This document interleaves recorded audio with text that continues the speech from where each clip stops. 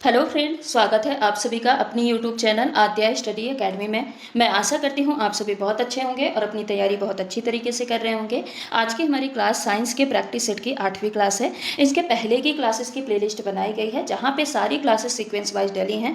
तो आपको पिछली प्रैक्टिस सेट की क्लासेस जरूर जाके प्लेलिस्ट में देखना चाहिए, क्योंकि वहाँ पर हमने बहुत सारे प्रीवियस ईयर क्वेश्चन की प्रैक्टिस की है और बहुत सारे साइंस के नए प्रश्नों की भी प्रैक्टिस की है हमने। क्योंकि अगर आप सीटेट एग्जाम की बात करें तो वहाँ पे जो क्वेश्चन बनते हैं ना, तो ना सिर्फ पीवाईक्यू क्वेश्चन पे बनते हैं और ना ही सिर्फ नए प्रश्न पूछे जाते हैं। मिक्स क्वेश्चन आपके एग्जाम में पूछे जाते हैं। कुछ तो प्रीवियस ईयर क्वेश्चन रहते हैं और कुछ आपके नए क्वेश्चन रहते हैं जो कि सिलेबस पे आधारित रहते हैं। तो आपको दोनों तरीके के प्रश्नों की प्रैक्टिस करनी है। ये नहीं कि आप सिर्फ पीवाईक्यू पढ़ के जा रहे हैं या सिर्फ नए प्रश्नों की प्रैक्टिस करके जा रहे हैं। नहीं, ऐसा नहीं करना। आपको दोनों तरीके की क्वेश्चन की प्रैक्टिस करनी है और कॉन्सेप्ट क्लियर करते हुए पढ़ना है, ठीक है। क्योंकि जितने भी प्रश्न पूछे जाते हैं ना, सारे आपके समझ पे आधारित कॉन्सेप्ट वाले प्रश्न पूछे जाते हैं। ये चेक किया जाता है कि आपका अपने सब्जेक्ट पे कॉन्सेप्ट क्लियर है कि नहीं क्लियर है। तो आपको अच्छे से प्रश्न पढ़ना है, कॉन्सेप्ट क्लियर करते हुए पढ़ना है, फिर जाके आपको करेक्ट आंसर को पिक करना है, ठीक है। बाकी आज की इस क्लास में हम बहुत सारे पीवाईक्यू क्वेश्चन और नए क्वेश्चन की प्रैक्टिस करने वाले हैं। तो आप वीडियो में लास्ट तक जरूर बने रहिएगा।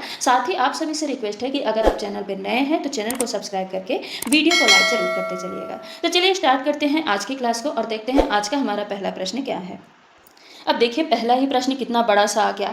बहुत सारे स्टूडेंट इसको देख के डर जाते हैं, पर यकीन मानिए ये देखने में जितना ही बड़ा अटपटा सा प्रश्न लग रहा है, अगर आप इसको समझ के पढ़ते हैं तो ये बहुत ही आसान है और आप आसानी से इसका आंसर दे सकते हैं। चलिए इसको पढ़ते हैं, देखते हैं पहला प्रश्न क्या है। कि एक विद्यार्थी कहता है कि आटे और नमक जैसे पदार्थ द्रव पदार्थ हैं। क्यों है द्रव पदार्थ? क्योंकि ये जिस भी पात्र में जाते हैं उसी का आकार ले लेते हैं। विद्यार्थी के इस दावे पर आपका क्या उत्तर होना चाहिए? ये सीटेट जनवरी 2022 में पूछा गया प्रश्न है, ठीक है। यहाँ पे पहला ऑप्शन है कि एक द्रव पदार्थ का कोई निश्चित आकार नहीं होता है, यह जिस भी पात्र में डाला जाता है उसी का आकार ले लेता है, इसलिए नमक तथा आटा द्रव पदार्थ है, ठीक है। ऑप्शन सेकेंड क्या दिया है? ये ठोस है, क्योंकि आटा या नमक में सूक्ष्म कण होते हैं जिससे इनका आकार निश्चित नहीं होता है और प्रत्येक में अपने गुण होते हैं।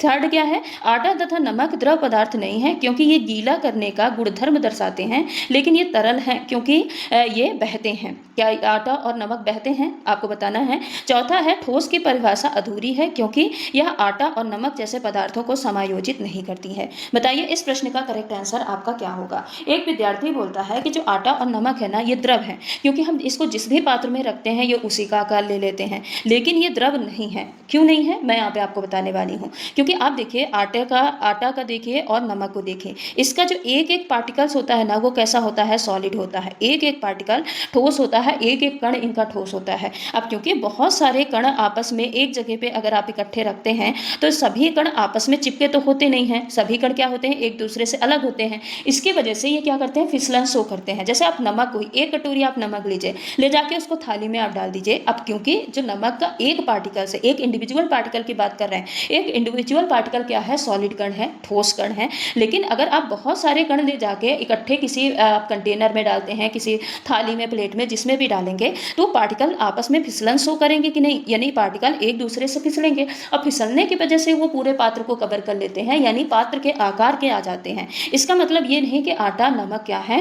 द्रव है, बल्कि ये क्या होते हैं? ये छोटे छोटे ठोस के कणों का समूह होते हैं। क्या होते हैं? छोटे छोटे जो ठोस होते हैं, ठोस कण होते हैं, सॉलिड पार्टिकल्स होते हैं, उनका समूह होते हैं। जैसे कि आप एक कॉमन सा एग्जांपल याद रखिए। चावल, एक आप चावल की बोरी लाइए, एक बोरी आप चावल घर लेके आइए, फिर आप बोरी में ही तो नहीं रखेंगे, क्योंकि बोरी में खराब हो जाएगा, बरसात का मौसम है। आप उसको किसी डिब्बे में भरिए, आप किसी भी पात्र में भरिए, स्टील के डिब्बे में आप भर दीजिए या आप किसी भी टंकी में भर दीजिए। तो देखिए, बोरी से जब आप डिब्बे में डालेंगे तो डिब्बे के आकार का चावल हो जाता है कि नहीं होता? पूरे डिब्बे के आकार में वो भर जाएंगे। लेकिन क्या चावल द्रव है? क्या चावल द्रव है? क्या चावल बहता है? बिल्कुल नहीं बहता, क्योंकि चावल के अगर आप इंडिविजुअल पार्टिकल की बात करेंगे तो इंडिविजुअल कण जो होता है वो कैसा होता है? ठोस होता है। फिर भी अगर हम किसी दूसरे पात्र में उसको डालते हैं तो वो उस आकार का हो जाता है। क्यों? क्योंकि चावल के जो बहुत सारे पार्टिकल्स हैं ये आपस में फिसलन शो करते हैं। इसके वजह से ये क्या करते हैं? अपना आकार बदल लेते हैं। देखिए, किसी भी द्रव को हम द्रव या ठोस उसके आकार बदलने से नहीं कह सकते कि वो ठोस है कि द्रव है। उसके हम कणों की प्रकृति से कह सकते हैं कि जो कणों की प्रकृति है, क्या प्रकृति बदल रही है? अगर कणों की प्रकृति नहीं बदल रही है, प्रकृति सेम है, तो पदार्थ की अवस्था भी सेम रहेगी। क्योंकि चावल के आप एक कण को देखिए, चावल का एक कण चावल का एक कण ही है, वो सॉलिड पार्टिकल था तो सॉलिड ही है, वो बहता नहीं है, तो इसको हम क्या बोलेंगे कि ये ठोस है, भले ही वो दूसरे पात्र में डालने पे दूसरे आकार में आ जाता है। तो एक द्रव पदार्थ का कोई निश्चित आकार, ये स्टेटमेंट तो सही है लेकिन ये प्रश्न के अकॉर्डिंग सही नहीं है। तो इस प्रश्न का करेक्ट आंसर क्या होगा? ऑप्शन नंबर सेकेंड, कि ये ठोस होते हैं क्योंकि आटा या नमक में सूक्ष्म कण होते हैं जिससे इनका आकार निश्चित नहीं होता। सूक्ष्म कण होने की वजह से इनका आकार निश्चित नहीं होता, ये फिसलन शो करते हैं, लेकिन प्रत्येक में अपना गुण होता है, प्रत्येक में अपना सॉलिड होने का गुण होता है। ठीक है, इसलिए इस प्रश्न का correct answer option number second हो जाएगा। अगला प्रश्न है, एक्स वह रसायन है जो हमारे आमाशय में उपस्थित है तथा भोजन के पाचन के लिए आवश्यक है। जब एक्स अधिक में स्रावित होता है तो यह अपाचन जैसी स्वास्थ्य समस्याएं उत्पन्न करता है। वाई वह रसायन है जिसका उपयोग ऐसी परिस्थिति में उपचार के लिए किया जाता है। यहाँ पे आपको एक्स और वाई के बारे में बताना है। सीटेट दिसंबर 2019 में पूछा गया ये प्रश्न है। एक्स मिल्क ऑफ मैग्नीशिया है, वाई एस्कॉर्बिक अम्ल है, एक्स हाइड्रोक्लोरिक अम्ल है तथा वाई सोडियम कार्बोनेट है। एक्स मिल्क ऑफ मैग्नीशिया है तथा वाई हाइड्रोक्लोरिक अम्ल है, या एक्स हाइड्रोक्लोरिक अम्ल है और वाई मिल्क ऑफ मैग्नीशिया है। बताइए इस प्रश्न का करेक्ट आंसर क्या होगा? यहाँ पे क्या बोला है कि एक्स जो है वो हमारे आमाशय में उपस्थित होता है और भोजन के पाचन में सहायता करता है। तो इससे ये तो क्लियर हो गया कि हमारे आमाशय में सिर्फ और सिर्फ एक ही अम्ल पाया जाता है जिसको हम बोलते हैं हाइड्रोक्लोरिक एसिड या HCl। तो एक्स की जगह पे क्या आ जाएगा? एक्स की जगह पे आ जाएगा HCl यानी हाइड्रोक्लोरिक एसिड। ये जो HCl होता है, HCl का काम क्या होता है? इसका काम होता है भोजन की पाचन में मदद करना, यानी भोजन का कायम बनाने का काम, लुब्धि बनाने का काम ये करता है। साथ ही एक एंजाइम होता है जिसको बोलते हैं पेप्सिन एंजाइम, जो कि प्रोटीन का पाचन करता है, तो इसको एक्टिवेट करने का काम भी HCl करता है क्योंकि ये अम्लीय माध्यम में ही काम कर सकता है। 1.5 से लेकर 3.5 तक pH होना चाहिए पेप्सिन एंजाइम को कार्य करने के लिए। साथ ही भोजन के साथ जितने भी हानिकारक जीवाणु आते हैं उन जीवाणुओं को मारने का काम, नष्ट करने का काम कौन करता है? हमारे पेट में आमाशय में उपलब्ध हाइड्रोक्लोरिक एसिड करता है। लेकिन एक यहाँ से खतरा भी होता है। अगर मान लीजिए हाइड्रोक्लोरिक एसिड अधिक सिक्रीट हो जाए तब क्या होता है? तब बहुत सारी समस्या उत्पन्न हो जाती हैं, जैसे कि सीने में जलन होने लग जाएगी, सीने में जलन होने लग जाएगी और अपच जैसी समस्या यहाँ पे देखने को मिल जाती है, खट्टी डकार आती है। ये सारे HCl के अधिक स्रावन से होता है, खट्टी डकार आने लगती है और पेट में दर्द भी कई कंडीशन में देखने को मिलने लगता है। ठीक है, तो ये सारी समस्याएं HCl के जरूरत से ज़्यादा स्रावित होने की वजह से होता है। अब इन समस्याओं को निवारण करने के लिए यहाँ पे हमको बेस चाहिए, क्योंकि एसिड को उदासीन करने के लिए बेस ही चाहिए, अम्ल को उदासीन करने के लिए क्षार की ही जरूरत होती है। तो वाई क्या होगा? एक क्षार होगा। उस क्षार को हम क्या बोलते हैं? मिल्क ऑफ मैग्नीशिया बोलते हैं। क्या बोलते हैं? मिल्क ऑफ मैग्नीशिया बोलते हैं। और जो ये मिल्क ऑफ मैग्नीशिया होता है ना, ये क्या करता है? एक एंटा एसिड की तरह काम करता है। क्या करता है? एंटा एसिड, यानी एसिड का विरोधी होता है, या एक एंटा एसिड अम्लरोधी के तौर पे काम करता है। अब ये पेट में जितना भी एक्स्ट्रा HCl हाइड्रोक्लोरिक अम्ल है ना, उसको उदासीन करने का काम करेगा। उसको क्या करता है? उदासीन करने का काम करता है। ये एक रिएक्शन शो करता है, जैसे HCl हमारे पेट में मौजूद है और ये जो मैग्नीशियम हाइड्रोक्साइड है जिसको हम मिल्क ऑफ मैग्नीशिया बोलते हैं, ये रिएक्ट करेगा, क्या बनाएगा? MgCl2 यानी एक लवण बनाएगा और साथ ही पानी को क्या करेगा? या लवण और पानी का निर्माण करता है। कुल मिलाकर ये अम्ल को क्या कर देता है? उदासीन कर देता है और पेट की जो एक्स्ट्रा अम्लीयता थी उसको क्या कर देता है? दूर कर देता है। तो एक्स की जगह पे हाइड्रोक्लोरिक एसिड था और वाई की जगह पे क्या था? Milk of magnesia. अब देखिए ये किस ऑप्शन में है? तो ये ऑप्शन नंबर 4 में है, हाइड्रोक्लोरिक अम्ल और मिल्क ऑफ मैग्नीशिया। तो इस प्रश्न का करेक्ट आंसर ऑप्शन नंबर 4 हो जाएगा। अगला प्रश्न है, निम्न में से कौन सा रासायनिक परिवर्तनों का समुच्चय है? सीटेट जनवरी 2022 में पूछा गया प्रश्न। चीनी, दूध में चीनी मिलाना, दूध से दही जमाना, दूध से पनीर बनाना या दही से लस्सी बनाना। बताइए इस प्रश्न का करेक्ट आंसर क्या होगा? यहाँ पे रासायनिक परिवर्तन पूछा है। अब रासायनिक परिवर्तन होते क्या है? केमिकल चेंज होता क्या है? तो वो चेंज जिसमें कोई नया ही पदार्थ बन जाए और वो जो नया पदार्थ हो ना, ये अपने ओरिजिनल यानी जिस पदार्थ से बना है उससे डिफरेंट गुण प्रदर्शित करे, उससे अलग ही गुण प्रदर्शित करे, तो उसको हम क्या बोलते हैं? रासायनिक परिवर्तन बोलते हैं। और इसको हम रिवर्स भी नहीं कर सकते हैं, इसको हम रिवर्स बिल्कुल भी नहीं कर सकते हैं, यानी इसके ओरिजिनल पदार्थ में नहीं बदल सकते। अब जैसे पाचन, पाचन क्या होता है? पाचन को फिर से क्या हम, जैसे रोटी पच गई, क्या फिर से हम रोटी में कन्वर्ट कर सकते हैं? नहीं। तो पाचन रासायनिक परिवर्तन में आता है। जंग लगना रासायनिक परिवर्तन में आता है। किसी चीज का जलना रासायनिक परिवर्तन में आता है। किसी चीज का सड़ना रासायनिक परिवर्तन में आता है। ये सारे क्या होते हैं? रासायनिक परिवर्तन होते हैं। इसको हम वापस से उसी फॉर्म में नहीं चेंज कर सकते हैं। जैसे किसी भी चीज चीज़ का पकना, फलों का पकना, भोजन का पकना, ये सारा किस में आएगा? रासायनिक परिवर्तन में आएगा। अब यहाँ पे हम एक एक स्टेटमेंट को देखते हैं। दूध में चीनी मिलाना। अब अगर दूध में आप चीनी मिलाते हैं तो चीनी क्या होगी? घुलेगी। चीनी क्या होती है? घुलती है। कोई नया पदार्थ नहीं बनता, तो ये कैसा परिवर्तन होगा? ये भौतिक परिवर्तन होगा, यानी फिजिकल चेंज होगा। फिजिकल चेंज में नया पदार्थ नहीं बनता है, वही टूट फूट के अवस्था आकार बदल देता है, पर नया पदार्थ नहीं बनता।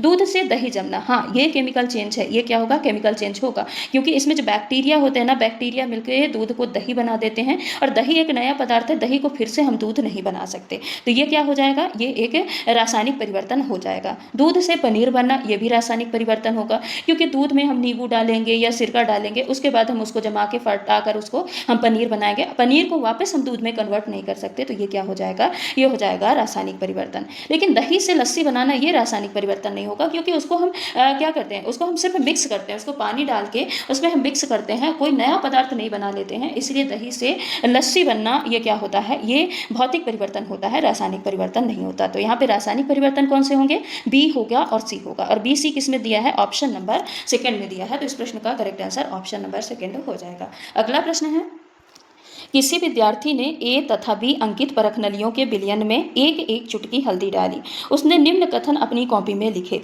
S1 क्या है? विलयन ए लाल हो गया और विलयन बी में कोई परिवर्तन नहीं हुआ। S2 क्या है? विलयन ए एक क्षार है और विलयन बी एक अम्ल है। ठीक है, ये क्या हो गया? S1 S2 दो स्टेटमेंट हो गए। तीसरा उसने क्या लिखा कि अम्ल, क्षार तथा लवणों में विभेदन के लिए हल्दी का उपयोग किया जाता है। बताइए इनमें से कौन सा अवलोकन है और कौन सा निष्कर्ष है? यहाँ पे ऑप्शन दिए हैं S1 S2 अवलोकन है तथा S3 निष्कर्ष है, और सेकेंड ऑप्शन है S1 अवलोकन तथा S2 निष्कर्ष है, S1 अवलोकन तथा S2 S3 निष्कर्ष है, S2 अवलोकन तथा S3 निष्कर्ष है। बताइए इस प्रश्न का करेक्ट आंसर क्या होगा? तो यहाँ पे क्या किया है कि उसने दो परख नली, कोई एक विद्यार्थी है, उसने दो परख नली ली और दोनों में चुटकी चुटकी हल्दी डाल दी। एक का नाम है ए और एक का नाम है बी।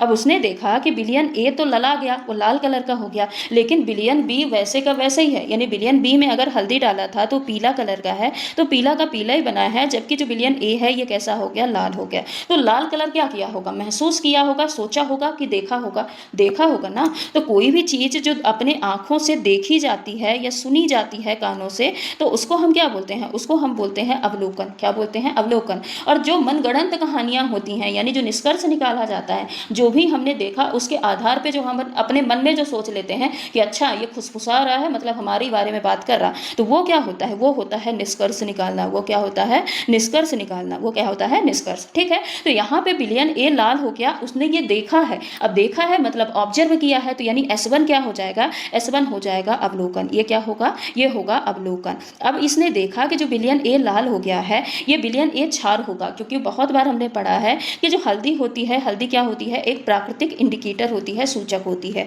जो कि क्षार के साथ किस रंग में बदल देती है? लाल भूरे रंग में बदल जाती है। और अगर इसको अम्ल के साथ मिलाया जाए तो अम्ल के साथ ये अपने ओरिजिनल कलर यानी पीले का पीला ही बनी रहती है। तो ये उसने पढ़ा था, तब उसने अंदाजा लगा लिया कि अच्छा ए में लाल हो गई हल्दी, इसलिए हो गई क्योंकि ए क्या होगा? क्षार होगा, और विलयन बी एक अम्ल होगा, क्योंकि उसमें पीले की पीले ही हल्दी बनी रह गई। तो ये क्या है? एक निष्कर्ष है जो कि अवलोकन के आधार पर निकाला गया है। क्या है? ये एक निष्कर्ष है जो कि अवलोकन के आधार पर निकाला गया। S3 क्या दिया है कि अम्लों, क्षारकों तथा लवणों में विभेद के लिए हल्दी का उपयोग किया जाता है। ये भी क्या है? एक वैज्ञानिक तथ्य है। ये क्या है? एक वैज्ञानिक तथ्य है। ये सामान्य निष्कर्ष है कि ये जो प्रयोग हम करते हैं ना, उसके आधार पर हम कह सकते हैं कि हल्दी का उपयोग अम्ल, क्षार और लवणों में विभेद करने के लिए किया जाता है। तो ये भी क्या होगा? ये भी एक प्रकार का निष्कर्ष होगा। यानी कुल मिला के जो S1 है, S1 क्या होगा? अवलोकन, और S2 S3 निष्कर्ष हो गए। ये किस में दिया है? तो ये ऑप्शन नंबर थर्ड में दिया है कि S1 अवलोकन, S2 S3 निष्कर्ष है। तो इस प्रश्न का correct answer option number third हो जाएगा।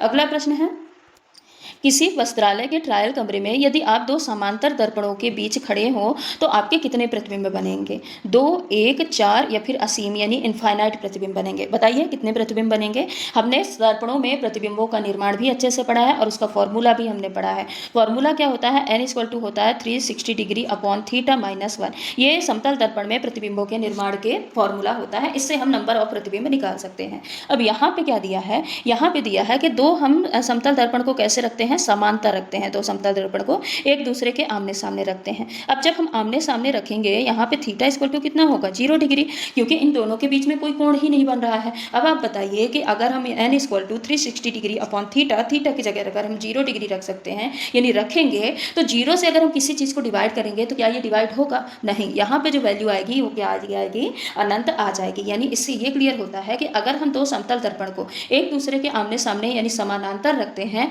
तो दोनों दर्पण एक दूसरे में इतनी बार प्रतिबिंब बनाएंगे कि उसकी हम गिनती नहीं कर सकते हैं। तो यहाँ पे इस संख्या को हम असंख्य संख्या या इनफाइनाइट नंबर बोल देते हैं। क्यों बोल देते हैं? क्योंकि इनके बीच में जो कोण बनता है वो 0 डिग्री का बनता है। तो इस प्रश्न का करेक्ट आंसर क्या होगा? ऑप्शन नंबर 4 असीम, या फिर इसको हम अनंत इनफाइनाइट भी बोल सकते हैं। ठीक है, अगला प्रश्न है, किसी बीकर में भरी हुई हाइड्रोजन गैस पर दाब लगाने पर गैस के अणुओं के बीच की दूरी कम हो जाती है, गैस की अवस्था बदल जाती है, गैस द्रवित होने लगती है, उपरोक्त सभी।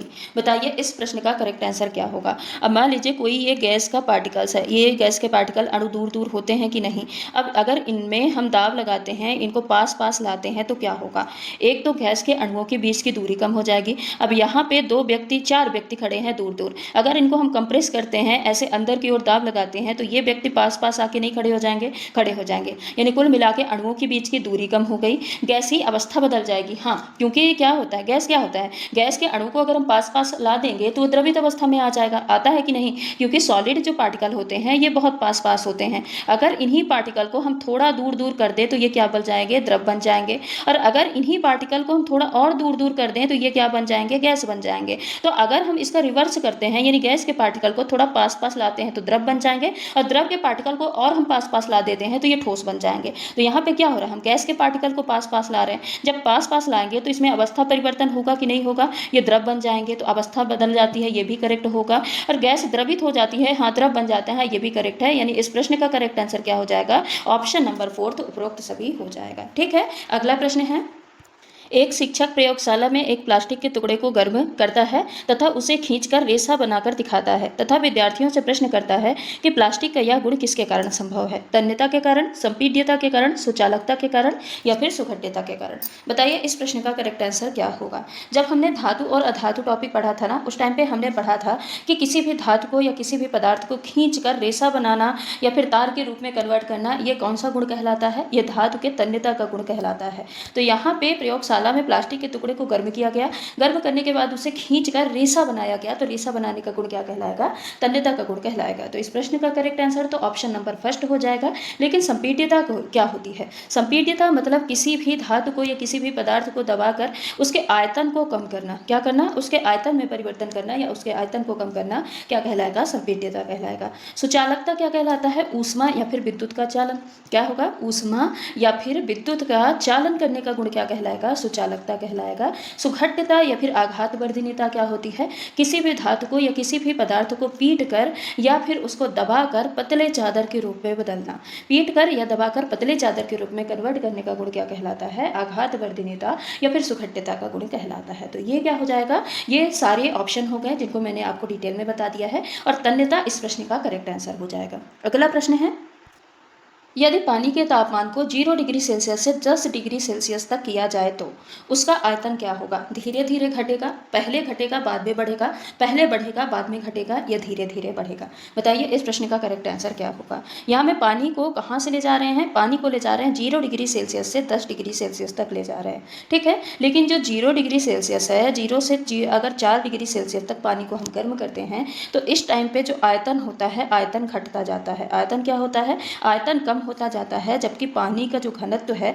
पानी का घनत्व क्या होता है? बढ़ता जाता है। 0 डिग्री सेल्सियस से 4 डिग्री सेल्सियस तक ले जाने में, 4 डिग्री सेल्सियस में क्या होता है? आयतन सबसे कम हो जाता है। सबसे कम आयतन कब होता है? ये पूछा जाता है कि पानी का आयतन सबसे कम कब होता है, तो सबसे कम आयतन 4 डिग्री सेल्सियस पे होता है। ठीक है, यहाँ पे पानी का आयतन सबसे कम हो जाता है। लेकिन जब 4 डिग्री सेल्सियस से 10 डिग्री सेल्सियस तक पानी को ले जाएंगे तो आयतन बढ़ेगा। क्या होगा? पानी का आयतन बढ़ने लगता है, जबकि घनत्व क्या होता है? घनत्व घटने लगता है। अब यहाँ पे 0 से लेके 10 तक डायरेक्ट लिया गया है, तो 0 से लेके 4 तक पहले आयतन घटेगा। यहाँ पे क्या पूछा है? यहाँ पे आयतन पूछा है, तो पहले आयतन घटेगा फिर बाद में आयतन बढ़ेगा। तो इस प्रश्न का करेक्ट आंसर क्या होगा? ऑप्शन नंबर सेकेंड होगा। अगला प्रश्न है, नीचे दिए गए कथनों का अध्ययन कीजिए। ये सीटेट फरवरी 2014 में पूछा गया प्रश्न है कि प्रोकैरियोट में केंद्रक नहीं होते हैं, एक कोशिकीय जीव में एकल कोशिका सभी कार्य करती है, नीले हरे शैवाल प्रोकैरियोट के उदाहरण हैं, यूकैरियोट में केंद्रक झिल्ली सहित सुसंगठित केंद्रक नहीं होता है। यहाँ पे ऑप्शन है 1 3 4 या 2 3 4, 1 2 3 या 1 2 4। बताइए इस प्रश्न का करेक्ट आंसर क्या होगा। यहाँ पे देखिए पहला स्टेटमेंट क्या दिया है कि प्रोकैरियोट में केंद्रक नहीं होते। प्रोकैरियोट में केंद्रक नहीं होते तो बिल्कुल करेक्ट है। जो प्रोकैरियोटिक जीव होते हैं उनमें सुसंगठित केंद्रक नहीं पाया जाता है या फिर ट्रू न्यूक्लियस यहाँ पे नहीं पाया जाता है। तो ये क्या हो जाएगा, ये बिल्कुल करेक्ट है। एक कोशिकीय जीव में एकल कोशिका सभी कार्य को करती है, तो ये भी बिल्कुल सही है। जो एक कोशिकीय जीव होते हैं इनका नाम ही इसी आधार पर पड़ा है कि इनमें सिर्फ एक कोशिका होती है। यही कोशिका पाचन का भी काम करती है, निभोजन का भी काम करती है, यही कोशिका श्वसन का भी काम करती है, यही कोशिका उत्सर्जन का भी काम करती है और यही कोशिका प्रजनन का भी काम करती है। यानी एकल कोशिका सारे काम को संपन्न करती है, इसीलिए इनको एक कोशिकीय जीव कहा जाता है। तो ये भी बिल्कुल करेक्ट है। नीले हरे शैवाल प्रोकैरियोटिक के उदाहरण होते हैं। तो हाँ, नीले हरे शैवाल या फिर इनको हम साइनोबैक्टीरिया बोलते हैं, ये किसके उदाहरण होते हैं, प्रोकैरियोट के उदाहरण होते हैं। तो फर्स्ट भी सही है, सेकंड भी सही है, थर्ड भी सही है। फोर्थ क्या बोल रहा है, यूकैरियोट में केंद्रक झिल्ली सहित सुसंगठित केंद्रक नहीं होता। क्या ऐसा होता है, बिल्कुल नहीं। प्रोकैरियोटिक में केंद्रक नहीं होता है, ट्रू न्यूक्लियस नहीं पाया जाता, इसीलिए केंद्रक झिल्ली भी नहीं पाया जाता। लेकिन जो यूकैरियोट जीव होते हैं इनमें केंद्रक झिल्ली भी पाया जाता है और सुसंगठित केंद्रक भी पाया जाता है। तो ये फोर्थ क्या हो जाएगा, इनकरेक्ट हो जाएगा। अब यहाँ पे सही कथन पूछा है तो सही फर्स्ट, सेकेंड और थर्ड है और ये किस ऑप्शन में दिया है, ऑप्शन नंबर थर्ड ऑप्शन में दिया है। ठीक है, तो इस प्रश्न का करेक्ट आंसर थर्ड ऑप्शन हो जाएगा। अगला प्रश्न है, मैं अपना एक कान स्टील की रेल की पटरी पर रखता हूँ। ये सीटेट फरवरी 2015 में पूछा गया प्रश्न है। अब यहाँ पे कथन है, मैं आने वाली ट्रेन की ध्वनि वायु की तुलना में रेल की पटरी द्वारा शीघ्र सुन लेता हूँ।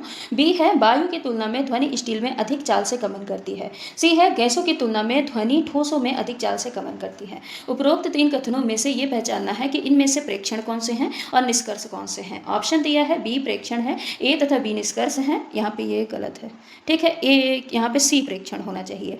ए प्रेक्षण है तथा बी और सी निष्कर्ष है, सी प्रेक्षण है तथा ए और बी निष्कर्ष है। यहाँ पे ये दो सेम ऑप्शन हो गए हैं, ए और बी प्रेक्षण है और सी निष्कर्ष है। बताइए इस प्रश्न का करेक्ट आंसर क्या होगा। तो यहाँ पे स्टेटमेंट दिए हैं, मैं आने वाली ट्रेन की ध्वनि वायु की तुलना में रेल की पटरी द्वारा शीघ्र सुन लेता हूँ। अब यहाँ पे देखिए, मैं पहले ही आपको बता चुकी हूँ कि कोई भी चीज़ है वो सीधे तौर पे अगर सुनी जाती है और अगर सीधे तौर पे देखी जाती है तो उसको हम क्या बोलते हैं, ऑब्जर्वेशन बोलते हैं, अवलोकन बोलते हैं या प्रेक्षण बोलते हैं। तो यहाँ पे एक व्यक्ति महसूस कर रहा, सुन रहा है कि जो आने वाली ट्रेन है वो रेल की पटरी में पहले सुनाई दे देती है, बाद में वायु में। यानी अगर वो रेल की पटरी में कान लगा के सुनता है तो उसको पहले आवाज़ सुनाई दे रही है कि रेल आ रही है। अगर वो खड़े होकर सुनता है तो उसको बाद में रेल की आवाज़ सुनाई देती है। तो ये क्या होता है, ये सीधे तौर पर सुनी जा रही है, तो ये क्या कहलाएगा, ये प्रेक्षण कहलाएगा या फिर ये अवलोकन कहलाएगा। ठीक है, अब इसके आधार पे उसने निष्कर्ष निकाला है कि अच्छा, रेल की पटरी में पहले आवाज मेरे को सुनाई दी, वो स्टील की है, वो ठोस है, और वायु में मेरे को बाद में आवाज सुनाई दी। इसका मतलब ये है कि ध्वनि स्टील में अधिक चाल से चलती है वायु के कंपैरिजन में। तो ये क्या है, निष्कर्ष निकाला गया। जो अवलोकन किया उसके आधार पर उसने निष्कर्ष निकाला और ये वैज्ञानिक तथ्य है कि गैसों की तुलना में ध्वनि ठोसों में अधिक चाल से गमन करती है। तो ये भी क्या कहलाएगा, ये भी एक निष्कर्ष कहलाएगा। तो कुल मिला के ए यहाँ पे क्या है, प्रेक्षण है, और बी और सी क्या है, निष्कर्ष है। तो इस प्रश्न का correct answer option number second होगा। अगला प्रश्न है, निम्नलिखित में से सही कथन को पहचानिए। सीटेट जनवरी 2021 में पूछा गया प्रश्न, दोमट मृदा में बड़े कणों का अनुपात बालुई मृदा के अपेक्षा उच्चतर होते हैं। चिकनी मृदा में महीन कणों का अनुपात दोमट मृदा की अपेक्षाकृत उच्चतर होते हैं। बालुआ मृदा में महीन कणों का अनुपात चिकनी मृदा की अपेक्षाकृत उच्चतर होते हैं। चिकनी मृदा में बड़े कणों का अनुपात महीन कणों की मात्रा के लगभग बराबर होते हैं। महीन कणों के, यहाँ पे महीन कण होना चाहिए, महीन कणों के मात्रा के लगभग बराबर होते हैं। यहाँ पे बताइए करेक्ट आंसर यहाँ पे क्या होगा। तो आप तीनों मिट्टी को लिख लीजिए। पहले लिखिए बालुई मिट्टी, जिसको हम सैंडी सॉइल भी कहते हैं। दूसरा आप लिखिए दोमट मिट्टी, जिसको हम लोमी सॉइल भी कहते हैं। और तीसरा आप लिखिए चिकनी मिट्टी। अब यहाँ पे हम कणों का आकार लिखते हैं। जो बालुई मिट्टी है इसमें सबसे बड़े कण पाए जाते हैं। दोमट मिट्टी में मिक्स कण पाए जाते हैं, यानी ना तो बहुत बड़े होते और ना ही चिकनी मिट्टी के जैसे छोटे होते हैं। इसमें सबसे छोटे सबसे महीन कण पाए जाते हैं। अब हम ऑप्शन पे चलते हैं। दोमट मृदा में बड़े कण का अनुपात बालुआ मृदा की अपेक्षा अधिक होता है। अभी हमने पढ़ा कि बालुई मृदा में सबसे बड़े कण पाए जाते हैं, तो ये तो गलत हो गया। बालुई मृदा में महीन कणों का अनुपात चिकनी मृदा के अपेक्षाकृत उच्चतर होते हैं। अब बताइए बालुई में महीन कण पाए जाते हैं या बड़े कण पाए जाते हैं, तो बड़े कण पाए जाते हैं, ये गलत हो जाएगा।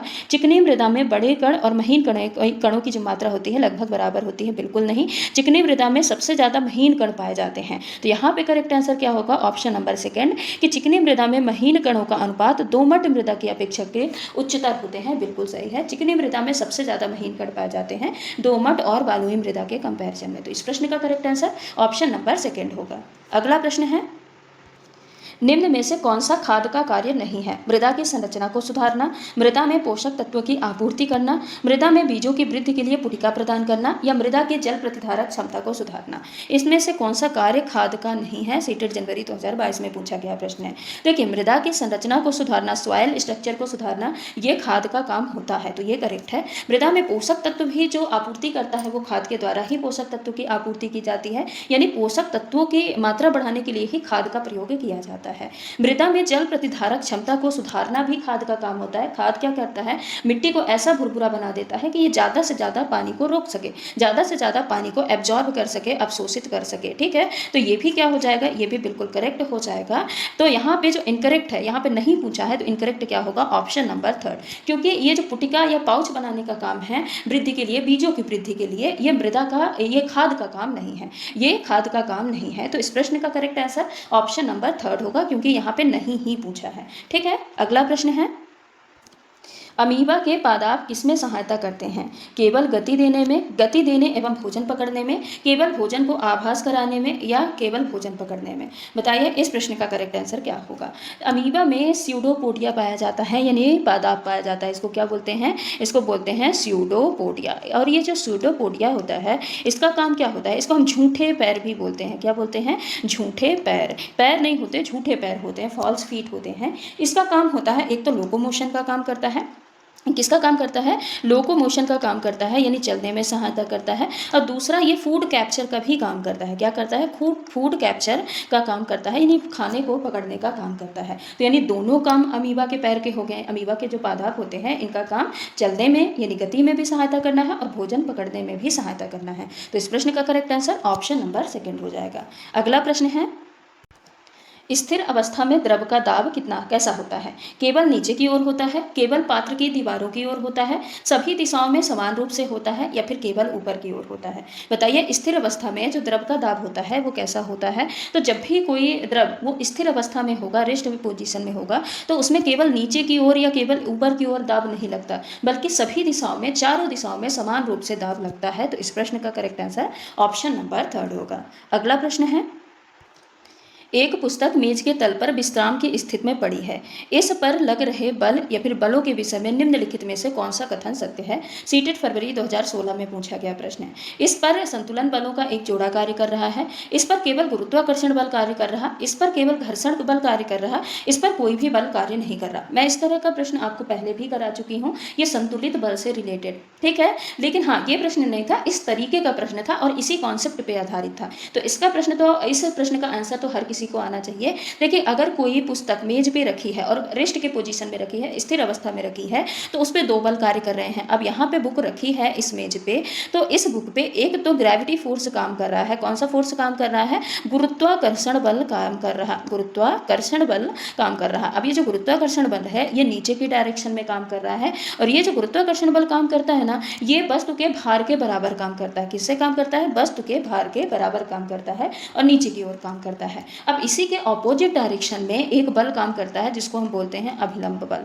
क्या बोलते हैं? अभिलंब बल। अब ये अभिलंब बल ये नॉर्मल रिएक्शन फोर्स होता है जो कि मेज वस्तु पे ऊपर की ओर लगाती है, प्रतिक्रिया के तौर पे बस विपरीत लगाती है, ठीक है। और ये जो अभिलंब बल होता है ये भी वस्तु के भार के बराबर ही होता है। तो गुरुत्वाकर्षण बल जो नीचे की ओर लग रहा, अभिलंब बल जो कि ऊपर की ओर लग रहा, ये दोनों बल कैसे हो जाते हैं? आपस में बराबर हो जाते हैं। कैसे हो जाते हैं? आपस में बराबर हो जाते हैं। इसीलिए जो नेट फोर्स होता है, नेट बल हो जाता है, वो क्या होता है? जीरो। तो इस बल को हम क्या बोलते हैं? संतुलित बल। तो इस पर एक संतुलित बलों का जोड़ा काम करता है। इस जो मेज पे, जो रेस्ट पे कोई वस्तु रखी है या पुस्तक रखी है, तो इस पे कैसा बल काम करता है? एक संतुलित बलों का जोड़ा काम करता है। तो इस प्रश्न का correct answer option number first होगा। अगला प्रश्न है, निम्न कथनों को पढ़िए और सही विकल्प का चुनाव कीजिए। सीटेट जनवरी 2022 में पूछा गया प्रश्न है। अभिकथन है गाजर के पौधे की पत्तियों में जालिका रूपी सिरा विन्यास होता है। कथन यहाँ पे दिया है S1 जिन पौधों में मूसला जड़ होती हैं उन पत्तियों के में जालिका रूपी सिरा विन्यास होता है। S2 है रेशेदार जड़ों वाले पौधों की पत्तियों में जालिका रूपी सिरा विन्यास होता है। S3 है जड़ों के प्रकार एवं पत्तियों के सिरा विन्यास में कोई भी संबंध नहीं होता। कूट यहाँ पे दिया है A और S1 सही है। A क्या कर रहा है, S1 का समर्थन कर रहा है। A और S2 सही है, A S2 का समर्थन करता है। A और S3 सही है, A सही नहीं है और S3 सही है। बताइए इस प्रश्न का करेक्ट आंसर यहाँ पे क्या होगा। यहाँ पे क्या दिया है, दो चीज़ आप समझिए, दो चीज़ क्या समझिए कि जो सिरा विन्यास होता है ना, सिरा विन्यास दो तरीके का होता है। एक होता है जालिका, ये पत्तियों का जो सिराएं होती हैं उनके फैलाव के आधार पे एक जालिकाकार सिरा विन्यास होता है और एक होता है समांतर सिरा विन्यास। क्या होता है, समानांतर सिरा विन्यास। अब जो जालिकाकार सिरा विन्यास होता है ये कैसे होता है, मान लीजिए ये पत्तियां हैं तो ये जो जाली की नुमा ऐसी सिराएं जो फैली होती हैं इनको हम क्या बोलते हैं, जालिकाकार। और समानांतर सिरा विन्यास ऐसे ऐसे बिल्कुल समांतर एक दूसरे के समांतर फैली होती हैं। ठीक है, तो जो जालिकाकार सिरा विन्यास होता है ये किसमें होता है, ये द्विबीजपत्री में होता है, यानी जो डाइकोट प्लांट होते हैं डाइकोट प्लांट में होता है। जबकि समांतर सिरा विन्यास किसमें होता है, मोनोकोट प्लांट में होता है। किसमें होता है, मोनोकोट प्लांट में होता है। ठीक है, ये चीज हो गया। एग्जाम्पल की अगर बात करें तो ये किसमें होता है, आम गाजर गुलाब में। किसमें, आम गाजर और गुलाब में देखने को मिलता है। और जबकि समांतर सिरा विन्यास किसमें देखने को मिलता है, गेहूं में, धान में और मक्के की पत्तियों में देखने को मिलता है। ठीक है, एक चीज और याद रखना है आपको, अगर मान लीजिए मूसला जड़ है, कैसी जड़ है, मूसला जड़ है, तो कैसे सिरा विन्यास होगा, उनकी पत्तियों में जालिकाकार सिरा विन्यास होगा।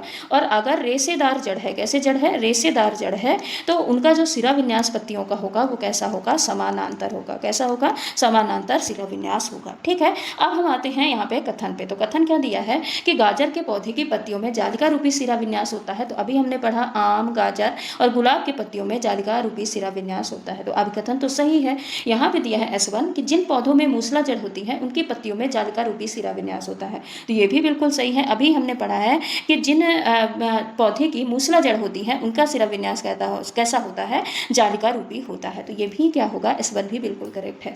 रेशेदार जड़ वाले पौधों की पत्तियां जालिका रूपी होती हैं, नहीं। रेशेदार जड़ वाली जो पौधे की पत्तियां होती हैं उनमें समानांतर सिरा विन्यास होता है। जड़ों के प्रकार और पत्तियों के सिरा विन्यास में कोई संबंध नहीं होता है। अभी हमने पढ़ा मूसला जड़ जालिका सिरा विन्यास और जो रेशेदार जड़ है उनका समानांतर सिरा विन्यास। ठीक है, तो यहाँ पे A सही है, S1 सही है और जो A है वो S1 का समर्थन भी करता है। तो इस प्रश्न का correct answer option number first होगा। अगला प्रश्न है, निम्न में से कौन सा कार्य केंद्रक का नहीं है। केंद्रक का कार्य यहाँ पे पूछा है। पहला, कोशिकाओं को आकार एवं सुदृढ़ता प्रदान करना, जीन के रूप में जनक से संतति तक अभिलक्षणों को स्थानांतरित करना, एक नियंत्रण केंद्र की तरह कोशिका के क्रियाकलापों को नियंत्रित करना, कोशिका द्रव्य और केंद्रक के मध्य पदार्थों का गतिविधि करना। बताइए इनमें से कौन सा कार्य केंद्रक का नहीं है। तो देखिए, कोशिकाओं को आकार और सुदृढ़ता प्रदान करना ये किसका काम होता है, ये कोशिका भित्ति का काम होता है। कोशिका भित्ति यानी सेल वॉल का काम होता है या फिर सेल मेम्ब्रेन का काम होता है। किसका काम होता है, सेल मेम्ब्रेन का काम होता है, ये केंद्रक का काम नहीं होता। तो इस प्रश्न का correct answer option number first ही हो जाएगा। बाकी जीन के रूप में जो जनक संतति से अभिलक्षणों का ट्रांसफर होता है, जनक से संतति तक यानी माता पिता से बच्चों तक जो अभिलक्षण का ट्रांसफर होता है वो केंद्रक का ही काम होता है। केंद्रक कंट्रोल करने का काम करता है, जितनी भी कोशिकाएं कार्य कर रही हैं उनके क्रियाकलापों को कंट्रोल करने का काम भी केंद्रक ही करता है। कोशिका द्रव्य और केंद्रक के मध्य जो पदार्थों की गतिविधि होती है, आदान प्रदान होता है, ये मेनली किसके कारण होता है, केंद्रक झिल्ली में जो छेद प्रेजेंट होते हैं, केंद्रक झिल्ली में जो छोटे छोटे छिद्र प्रेजेंट होते हैं उनके कारण होता है। लेकिन ये जो छिद्र है ये किसके अंतर्गत आते हैं, ये छिद्र आते हैं यानी केंद्रक झिल्ली के जो छिद्र हैं ये केंद्रक के ही अंतर्गत आते हैं, इसलिए ये भी केंद्रक का कार्य कहा जाएगा। ऑप्शन नंबर फर्स्ट को छोड़ के, इसलिए ऑप्शन नंबर फर्स्ट इस प्रश्न का करेक्ट आंसर हो जाएगा। तो ये रहे आज के कुछ हमारे महत्वपूर्ण प्रश्न। आप प्रश्नों की संख्या पे मत जाइएगा, आप ये देखिए आपका कॉन्सेप्ट कितना क्लियर हुआ है। अगर आप 50 प्रश्न की प्रैक्टिस कर लेते हैं, 60 प्रश्न की प्रैक्टिस कर लेते हैं, लेकिन आपको समझ में नहीं आ रहा है तो वो 60 प्रश्न की प्रैक्टिस भी बेकार है। इसीलिए आपको भले ही आप 15 प्रश्नों की प्रैक्टिस कीजिए, 20 प्रश्नों की प्रैक्टिस कीजिए, पर आप ऐसे करिए कि पूरा कॉन्सेप्ट क्लियर होता चले और उससे अगर रिलेट करके प्रश्न आपके एग्जाम में बनते हैं तो आप उसको आसानी से सॉल्व कर पाएं। तो चलिए आज की क्लास को यहीं पे समाप्त करते हैं, मिलते हैं अगली क्लास में। तब तक के लिए अगर आप चैनल पर नए हैं तो चैनल को सब्सक्राइब करके वीडियो को लाइक करते चलिएगा, साथ ही बेल आइकन को भी हिट कर दीजिएगा ताकि कोई भी अपडेट हो आप तक पहुँचानी हो तो उसका नोटिफिकेशन आप तक सबसे पहले पहुँच पाए। धन्यवाद।